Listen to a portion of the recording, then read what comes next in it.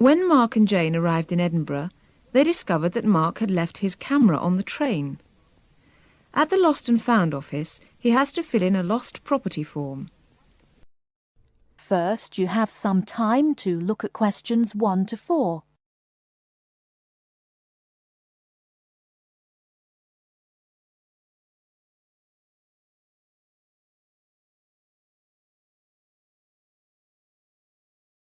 Now we shall begin.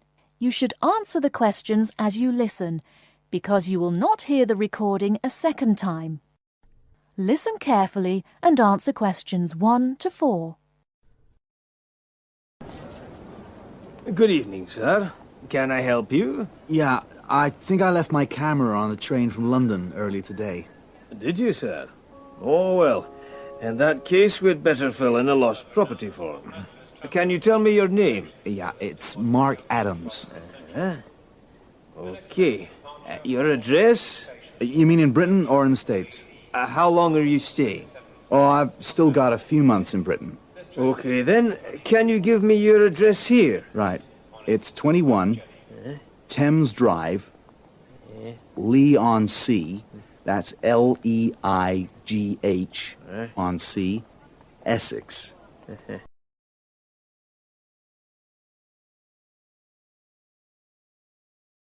Before you hear the rest of the conversation, you have some time to look at questions 5 to 10.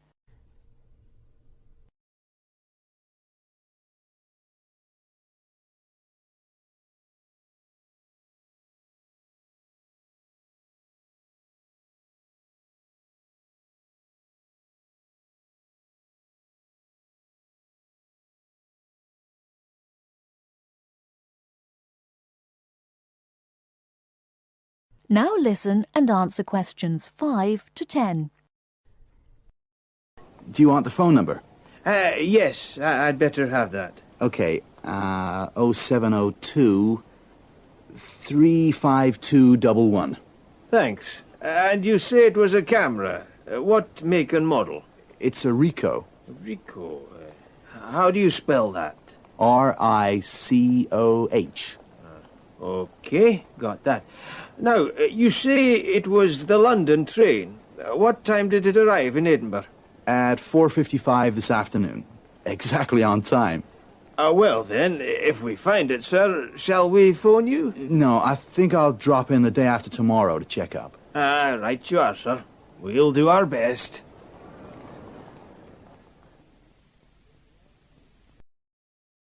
That is the end of part 1. You now have half a minute to check your answers.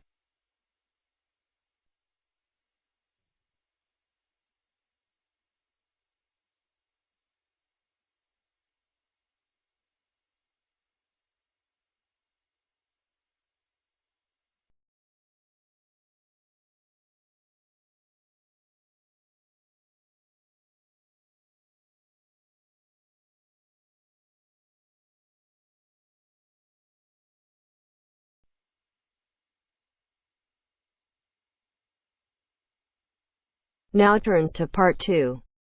Part 2. You are going to hear the director of the Leadership Council give his welcome address at a convention. First, you have some time to look at questions 11 to 15.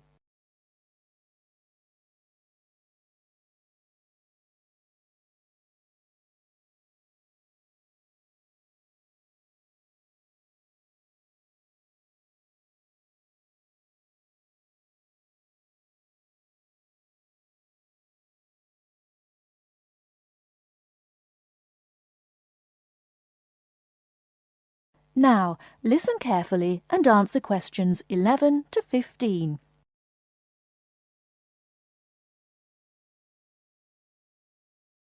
Ladies and gentlemen, can I have your attention, please? Please find your seats. Snacks will be available all day long. Thank you. Allow me to first introduce myself. I am Joe Steinke, Director of the Leadership Council. On behalf of the Organizing Committee for the 8th Annual Leadership Conference, I welcome you all to San Dimas, California, for a special session on postmodern solutions. We have people attending from as far away as Toronto, New York, and even the Bahamas. Frankly, I wish we had gone to you there.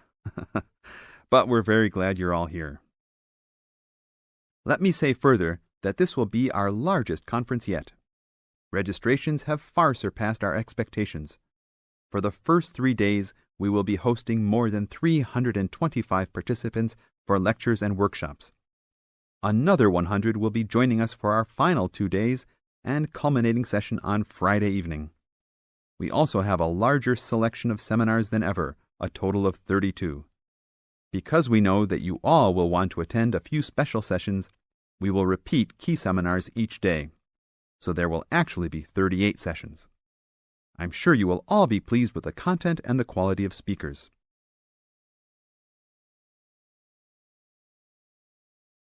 Before you hear the rest of the talk, you have some time to look at questions 16 to 20.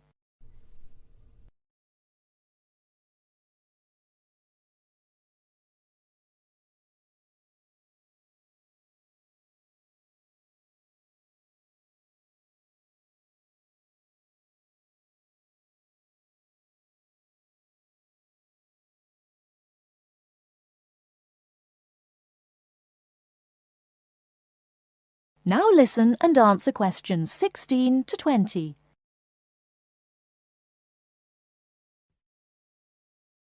Now, for those who have opted not to take part in our bag lunches, there are a number of places nearby that we can recommend. We are located here in the Convention Center just across the street from the Harford Shopping Mall, and the place we most recommend is Vital's, which is just west across Queen Street on the opposite corner. Please be careful crossing both streets, however, as we don't want to lose any participants. If you're not up to Vital's, you can also get some Italian food at the Olive Garden, which is further down Queen Street and east on Danning Avenue, across from the police station. They have a great minestrone soup and excellent breadsticks, all you can eat. On the other hand, if you want some good old American food, you can head to Fuddruckers for some big hamburgers or to the Cattle Company for some fat, juicy steak. Fuddruckers is next to the Olive Garden, but the Cattle Company is back closer to us in the opposite direction of Vital's. Just go east out of the Convention Center across King Street. It's on the same side as the Convention Center, so you just have one street to cross. Enjoy. But also, please make sure you are back for the afternoon sessions. These will always start at 1:30 p.m. That will give you an hour and a half for lunch each day. Sessions will be over each day at 5:30. Now, regarding the schedules we've printed out, there have been a couple of last-minute changes. The session titled New Leadership Strategies will no longer be held in Seminar Room 1, but in the main ballroom. This session has garnered much praise and is highly recommended to all, hence the change to a larger room. Another session has been canceled. That session was titled Leading by Serving, and it was scheduled for Daniel's room. The speaker for that session, Dr. Mark Green, had to return home for some urgent health situation. We wish the best to Dr. Green and that all is fine with his family. Finally, the session titled Using the Arts and Media has been changed to the second lounge room, Lounge 2. Please show up promptly for sessions and sit towards the front of each room so that all seats can be utilized. Also, turn off all pagers, beepers, and cell phones. Drinks and snacks will be provided outside each room, but please be careful at your tables. Enjoy the conference. That is the end of part 2. You now have half a minute to check your answers.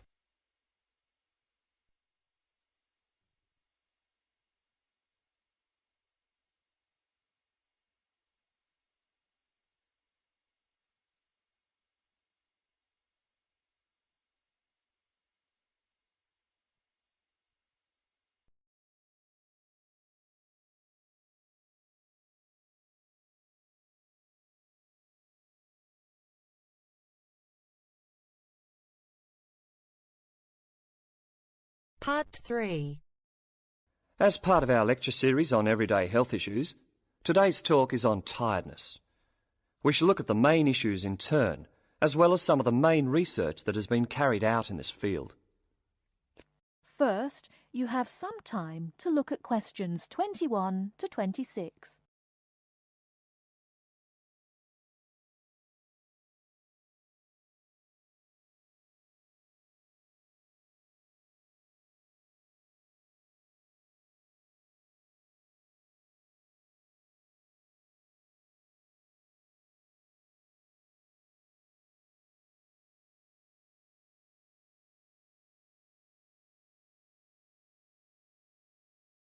Now listen carefully and answer questions 21 to 26. Good morning. As part of our lecture series on everyday health issues, today's talk is on tiredness. We shall look at the main issues in turn, as well as some of the main research that has been carried out in this field. Firstly, it is clear that tiredness is on the rise. No official data exists on the rate of people reporting to doctors with recurring tiredness, but it's a very common complaint. Research suggests that people are not relaxing properly and often work when they do not have enough energy. Furthermore, products to boost energy are also on the rise.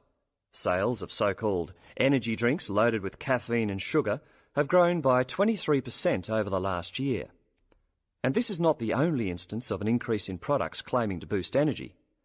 Guarana, a herbal stimulant, can now be found in everything from chocolate bars to tea bags. Now let's examine what it is that's making people so tired. Dr. Liebhold, a Sydney GP, has done extensive research into this, and he believes that financial pressures, not taking holidays, and not having time off when you become ill due to fear of losing your job are all common causes. Some of the other suggested causes are low oxygen levels in offices, poor diet, or illness.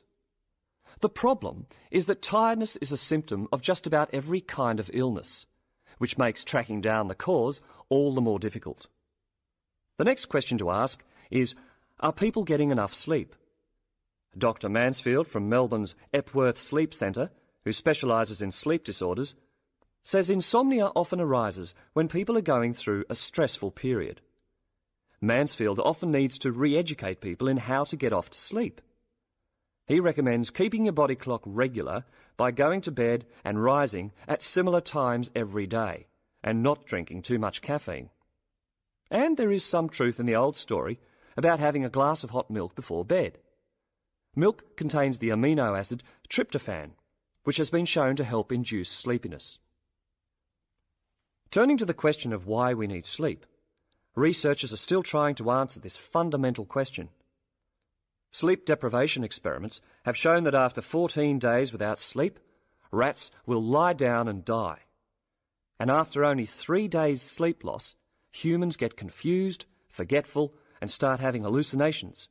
So whatever sleep does, it is important. Before you hear the rest of the talk, you have some time to look at questions 27 to 30.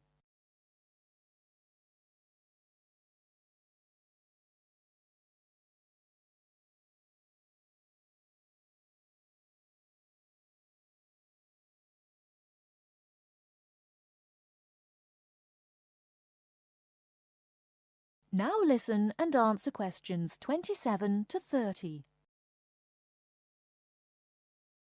However, not all researchers feel the same way.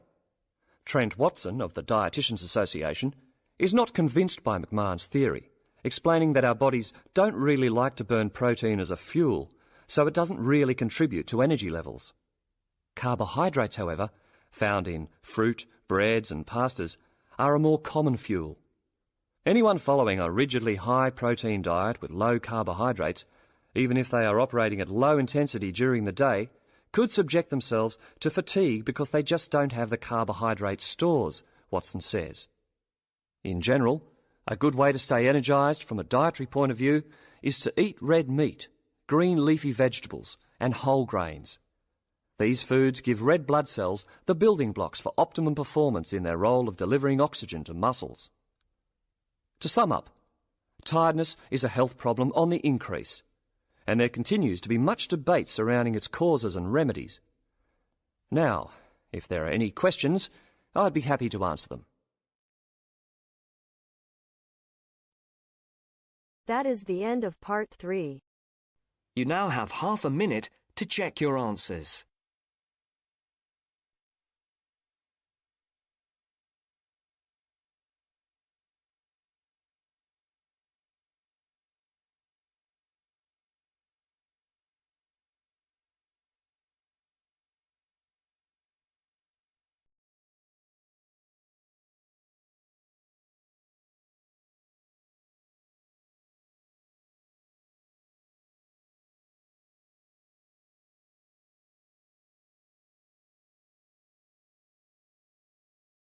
Now turns to part 4.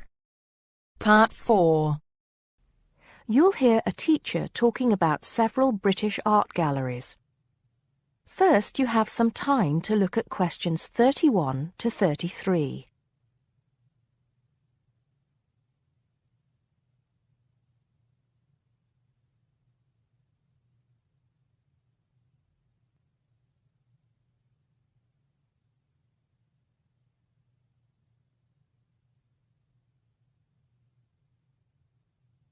Now listen carefully and answer questions 31 to 33. Good afternoon. Welcome to the first class of V100 Art and History. The objectives of the course, as you will have seen if you've taken a look at the syllabus, include familiarizing yourselves with the vocabulary and language of art, learning about the basic elements of art and design, and finally, discussing historical periods as they pertain to art. The course will also give you the opportunity to visit some of the many galleries and museums that Britain has to offer. So, having said that, I'd like to spend the rest of today's class talking about 4 of the more important galleries that we will be visiting in the coming year. As most of you already know, or at least I hope most of you know, there are 4 Tate galleries in all. To begin, I'd like to tell you a little bit about the Tate Modern. Tate Modern is located in a very busy part of London called the South Bank. It's close to 2 world-renowned tourist attractions, St. Paul's Cathedral and Shakespeare's Globe Theatre. Now, interestingly enough, Tate Modern is housed in what was a power station, built in several stages between 1947 and 1963. It was closed down in 1981 and reopened as a gallery in the year 2000. Tate Modern consists of 5 levels, with the Tate collection being shown on the 3rd and 5th levels. On level 2, the works of contemporary artists are exhibited, while level 4 is used for holding large temporary exhibitions. Since this museum opened, it has become a popular spot for both Londoners and tourists alike. And believe it or not, it doesn't cost anything to get in to see the collection displays. Before you hear the rest of the talk, you have some time to look at questions 34 to 40.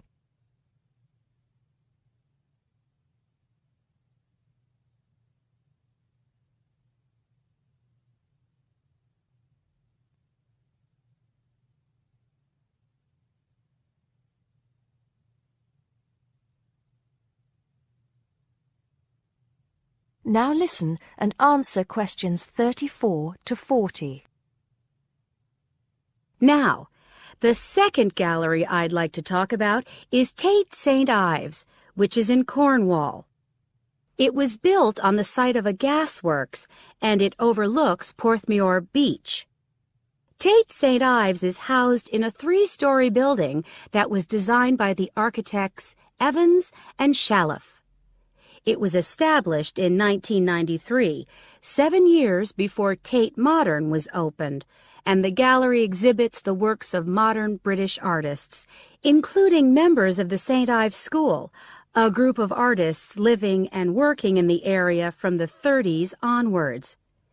In later lectures, we'll be looking at the work of some of the artists who belong to that group and the ways in which they influenced each other. Okay, am I going too fast for any of you? No? Good. Next, I want to talk about Tate Britain, which is a gorgeous gallery situated right in the heart of Westminster. Tate Britain was the first of the 4 Tate galleries to open, and it was established in 1897.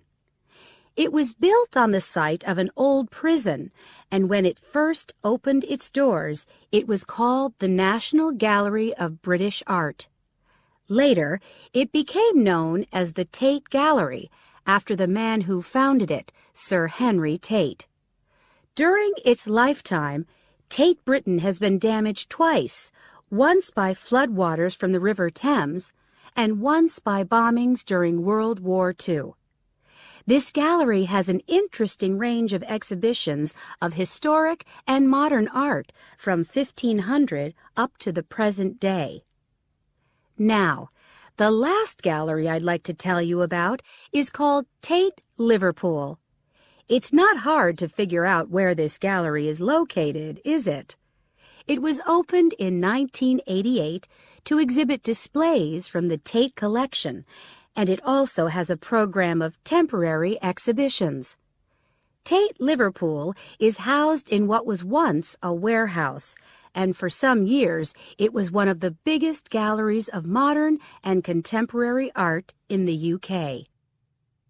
Well, that's a brief overview of just a few of the galleries we'll be visiting. I'd like now to look in a little more detail at what you can expect to see in each of these galleries, starting with Tate Britain. That is the end of part 4. You now have half a minute to check your answer.